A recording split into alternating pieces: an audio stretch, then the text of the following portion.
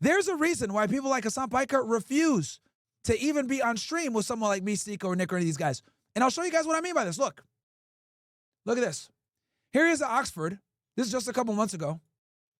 Saying, Hasan Piker on right-wing commentary appealing to young men and President Biden pardoning his son. Hasan knows that his ideology does not appeal to a majority of men. He knows this.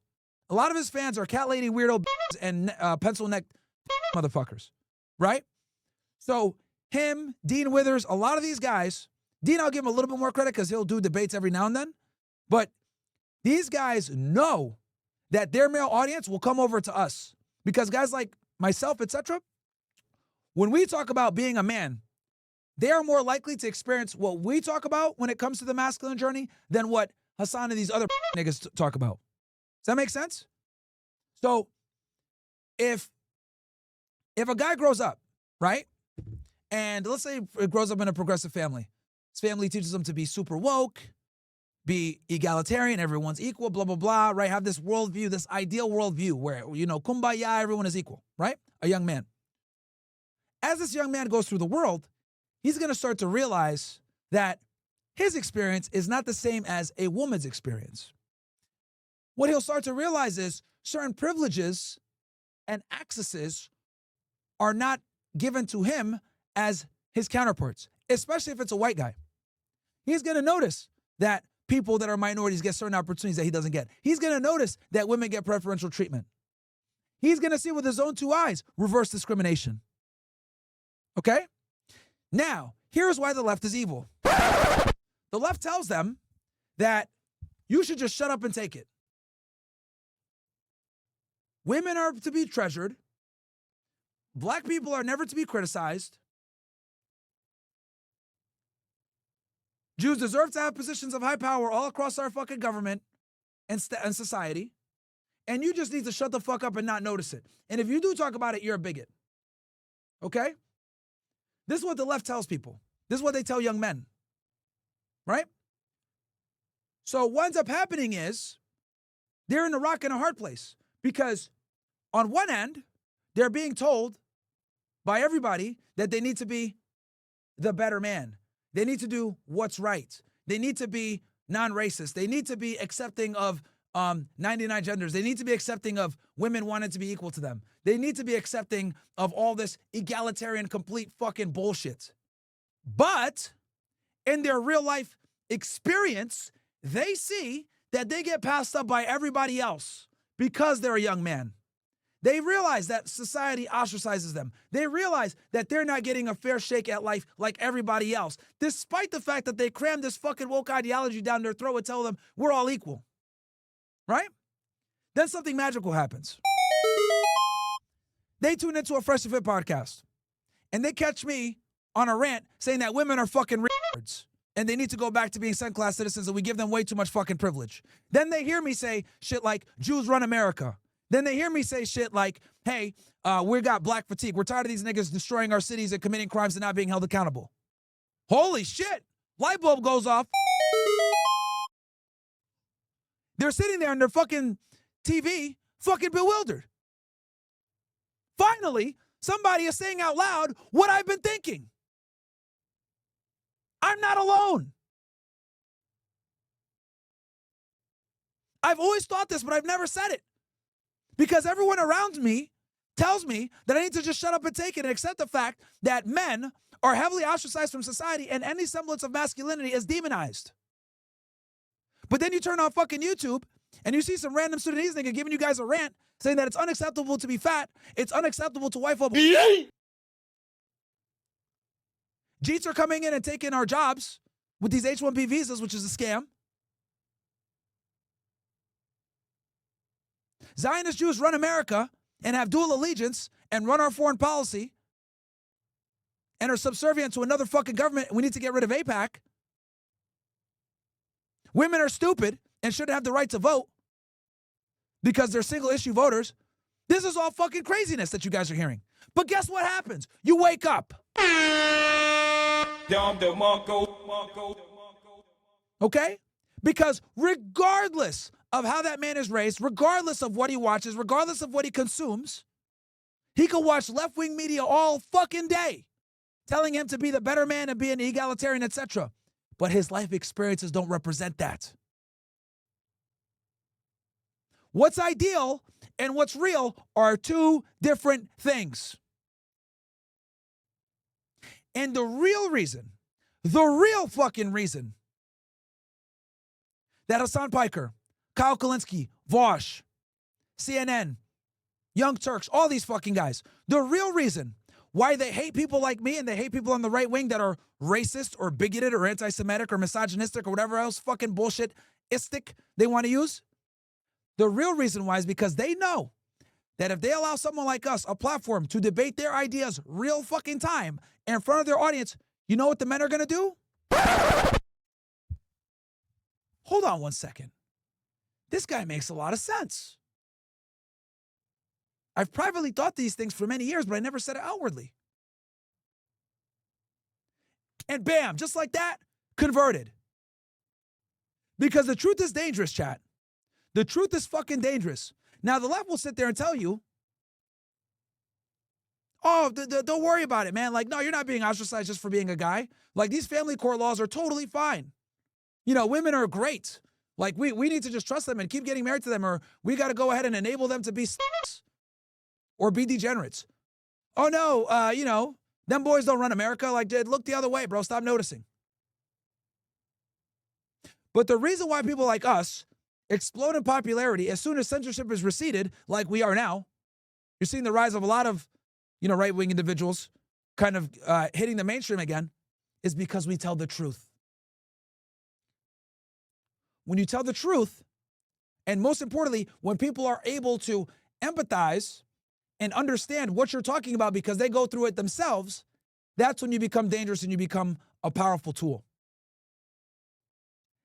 This is why left-wing media creators are terrified of debating and/or platforming guys like us. We will steal their fucking market share. All the young men that watch them will come over to us. And that's the real elephant in the room that they will never fucking admit. They'll kind of dance around it like Hasan says. Oh, well, you know, we have a problem with young men being influenced by radical right-wingers. Well, Hasan, ask yourself, why are they being influenced by radical right-wingers? Do they identify more with a guy like me who tells the truth that women are hypergamous and will go ahead and discount 99% of men, and that you got to be strong and masculine to get money, etc., and that they're fucking bimbos? Or are they going to believe someone like you who grew up in a rich family, is a socialist despite the fact that you practice capitalism, you paint your fingernails black, and you think that 99 genders is a thing? Who are they going to identify more with, bro? Are they going to identify with a fucking Dean Withers who sits there and has a fucking anxiety pin? Are they going to identify with a Kyle Kulinski who dyes his hair fucking blonde and thinks making racial jokes is unacceptable and deplorable? No, they're not going to identify with none of you niggas because you guys don't keep it real. So this anger at Jubilee platforming people on the right wing isn't so much about you guys being angry that these ideas are getting out. It's that you guys are angry that these ideas are getting out because a lot of men fucking agree. That's what you're really terrified of right here. I think that we're priming young men who are already in the throes of radicalization due to the hopelessness that they feel, who are already very vulnerable into being really open-minded, dare I say too open-minded to reactionary opinions. See, notice how he says, oh, they're vulnerable, blah, blah, blah, all this other shit. But he won't tell you why. Notice that? For those remarks. On that note, you've demonstrated a remarkable ability to mobilize your online community. For example, you raised over $1 million, fundraised over $1 million for Palestine, over 200,000 for Ukraine. You yourself donated to the UCLA encampment. And young people have been at the forefront of pro-Palestinian activism and other causes as well. And you've done that uniquely through Twitch and streaming, especially breaking down dire political topics, election updates, and international affairs. So on a broader note, how do you think bridging, the world of Twitch and streaming with politics has had an impact on young people, especially on the discourse between left? Now, here's the thing with young men, actually, surprisingly. A lot of young guys don't like the Israeli control of the United States and the conservative stuff. This is why Charlie Kirk had to do a whole damage control episode. We reacted to the OSS, if you guys remember. This right here. Look at this. Look at what Charlie Kirk did. I think that Here we go. In my anti-Semitic 25 Gen Z students Charlie Kirk discussion, right?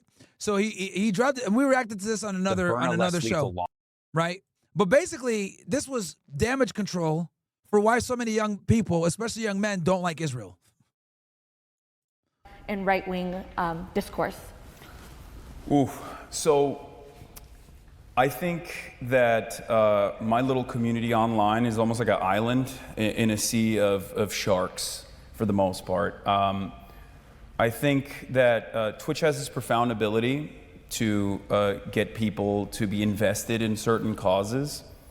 And I would feel, I'd feel insufficient if I spoke on all of the horrifying things that happen all around the world and not take some sort of action against it, because sometimes simply communicating these issues is not enough. So I've been able to effectively use my audience in that regard, and I worked with a bunch of other content creators as well in another endeavor called Creators for Palestine, where we also raised another, I think it was like $2 million for numerous Palestinian charities on the ground. Well, here's the thing. He's not wrong on Palestine. I've told you guys this before. I don't think he goes far enough, right? Because he's obviously scared of being canceled. But the real stuff is the woke ideology with, oh yeah, we can't criticize women, that's misogynistic and bigoted or all this other bullshit. That's where he's losing a lot of the young guys. It's not the Palestine stuff that he's losing guys on. He's losing the young guys on the in the gender war and the culture war. That's where the left loses men a lot of the times. Let me see if I can fast forward this shit. I was a little bit worried, so I brought it up, especially because in the space that I'm in, there is a lot of center-right, centrist, fence-sitting content creators that find themselves in the throes of right-wing radicalization, sometimes organically, other times they do it because they know that there's a market for it. But there are a lot of commentary channels out there that find themselves doing center-right commentary all the way to far-right commentary. And it exists in virtually every single interest that young men have. You like cars? You go to a YouTube car channel, and all of a sudden this guy's like talking about the G-Wagon's history, and then he's like a little bit too enthusiastic. You're like, what's going on? Why are you talking about it like that? Or video games obviously is the one that everybody knows, where virtually every single commentator in that space is constantly talking about, like, there was a black woman on a video game. That's woke. That's DEI. We need to end that. And removing a lot of context. No, it's not that it's DEI. It's that people are tired of historical movie characters and or heroes being watered down and made to be minorities or be women to appeal to this woke ideology. See how he's like leaving so much context out? Look, if a superhero, I'll give you guys an example. Storm from the X-Men, a black woman, right? I don't see nobody bitching when they make a movie on the X-Men and Storm is a black woman. You want to know why? Because in the original Marvel comic book, she was a black woman. Nobody cares, okay? But they are going to have a fucking problem if you take James Bond, who is historically a white guy that was charming and charismatic and got a lot of and was, a secret agent. They're going to have a point of contention when they go ahead and take that character and make it a fat black woman like they tried. So it's not that people are mad about DEI so much as in they don't want the characters that they grew up on to be fucking watered down to appeal to the culture war. No one gives a fuck that Storm is a black woman, by the way. So it's not a race thing. It's a legacy thing. But again, this is what they do. Spin it into, oh, well, you're racist for not wanting a black James Bond. You don't want a black woman James Bond. Yeah, no, I don't. I fucking don't. Okay? Keep the characters who the fuck they were. And the reason why, just so you guys know, also, think about it. Why do they constantly have to keep remaking Marvel comic books or old stories? Do you guys think about that ever? Why can't Hollywood just be creative enough to come out with their own new shit? Why do they have to keep going back to the classics to make newer films and movies and remakes? Why? I'll tell you why. Because it fucking worked. Okay? It fucking worked.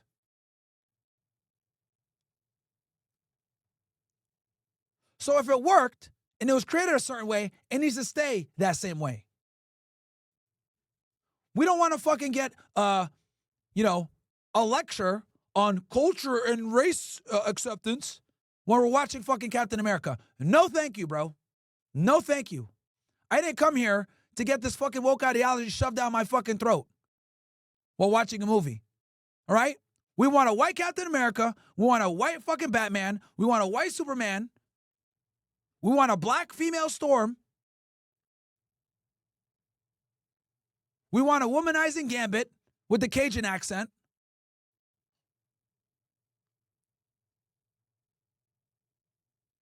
We want a sexist James Bond. And that's how we want it. Keep it the way it was. The reason why they have to remake these comic books and these old heroes was because it was fucking effective and it worked. If you want to go ahead of this stupid ass ideology and, put on all these like subtle little, left-wing propaganda points in your film or in your movie or whatever the fuck it is, create your own characters. Don't fucking ruin our legendary characters. Okay?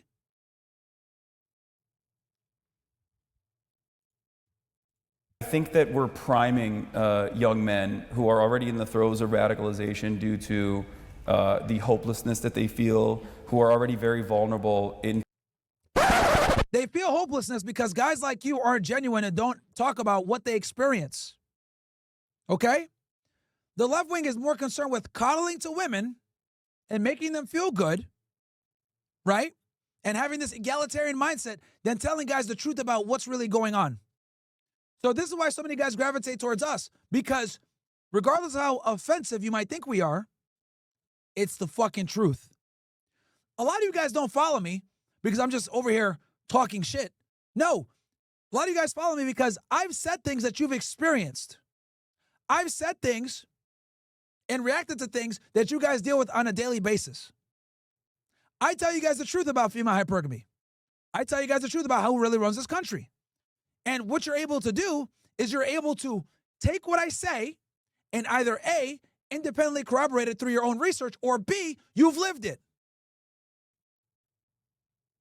And there's nothing more powerful than someone that says it like it is, and you have either irrefutable evidence from you experiencing it or data to show what it is.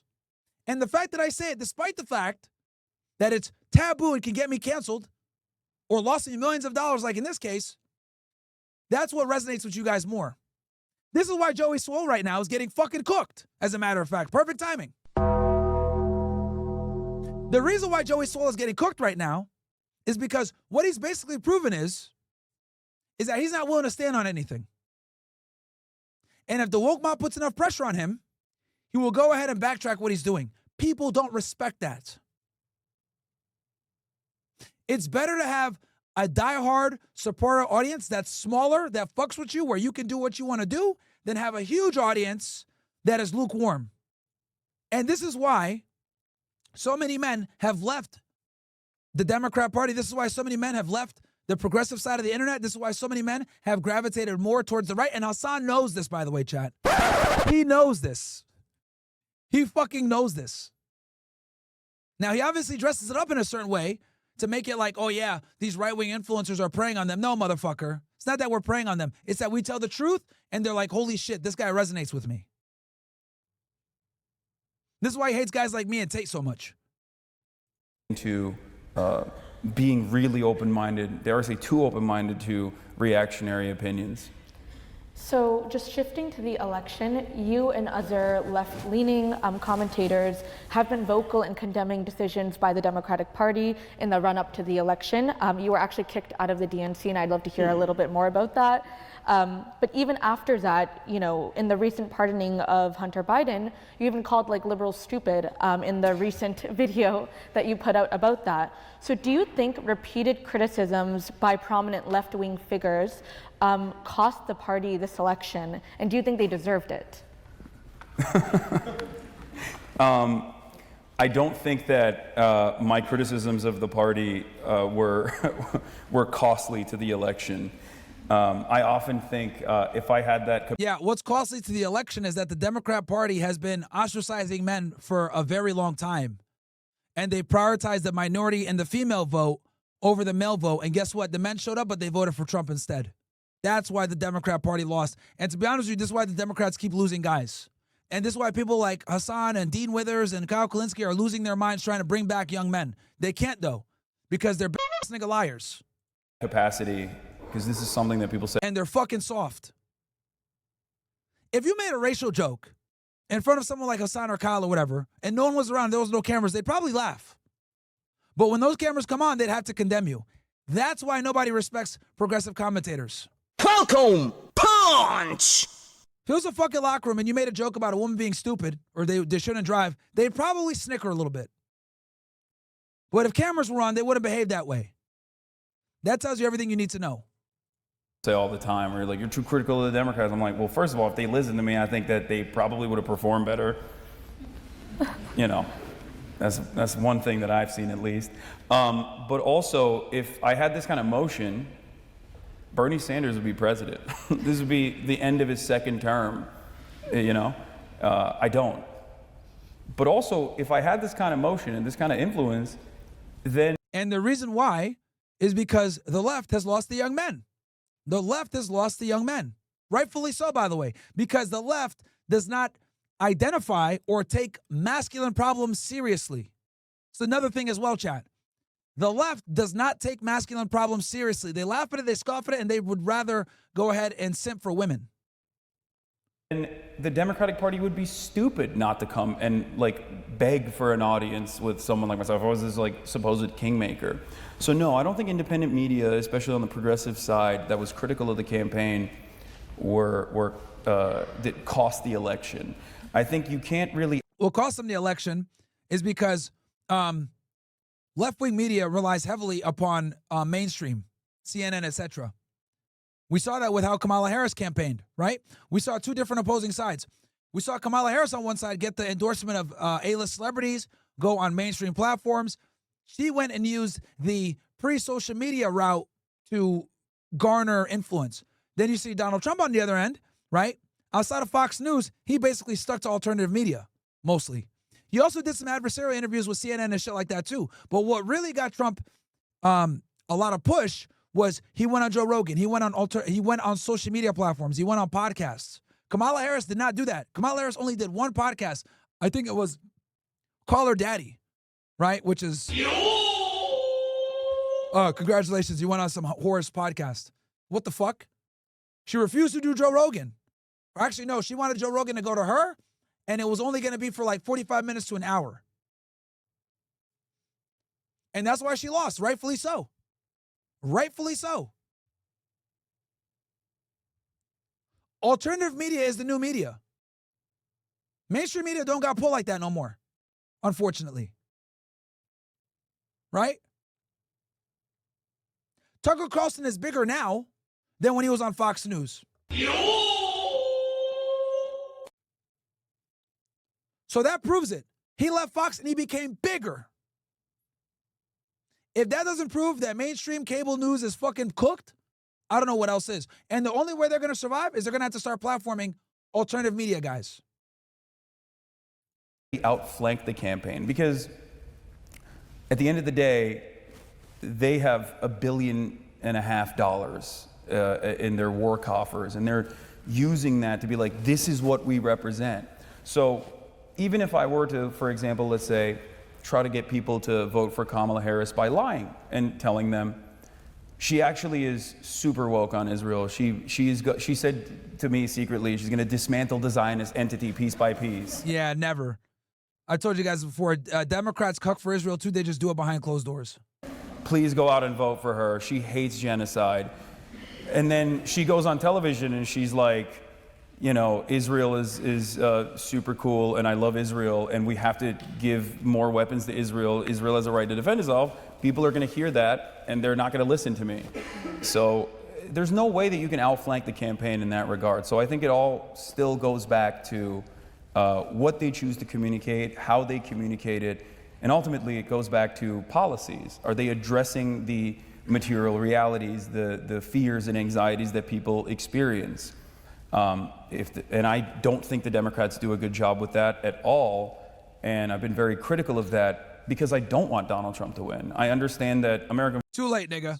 Utmost CFM says the left is exactly what they think they are. It's a classic projection. They are the fastest, intolerant, and very uneducated.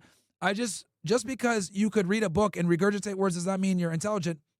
You're just a good stenographer. So the only thing I would disagree with you on this, TFM, is that that they're uneducated. As a matter of fact, leftists tend to be far more educated than people on the right wing. They're the ones that typically hold the degrees. They hold the prestigious academic positions. And that's actually what gives them a lot of credence, is because they're educated and they come from the academic world, why they're taken more seriously than a lot of people on the right wing.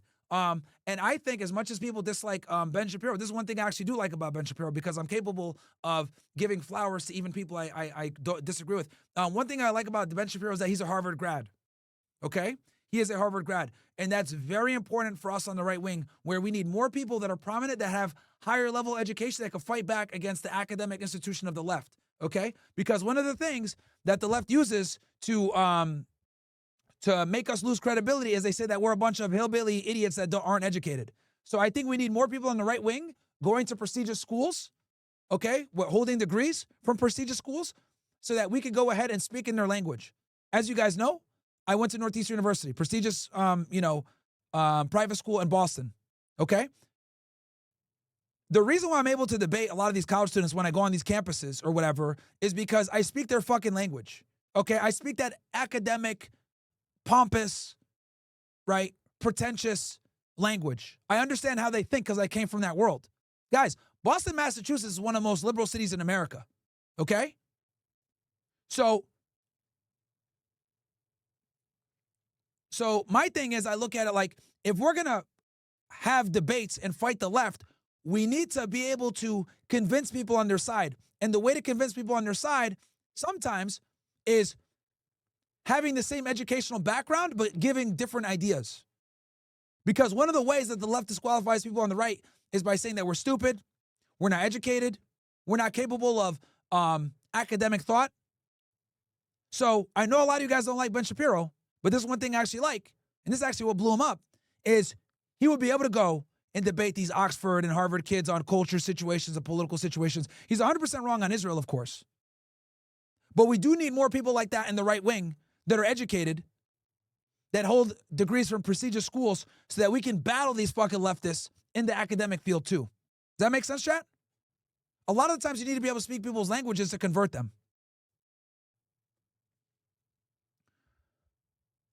So yeah, the only thing I would disagree with you on that one, most TFM, is that the left actually is very educated. That's what gives them such a big, what gives them a upper hand, and this is why they dominate us in the academia field.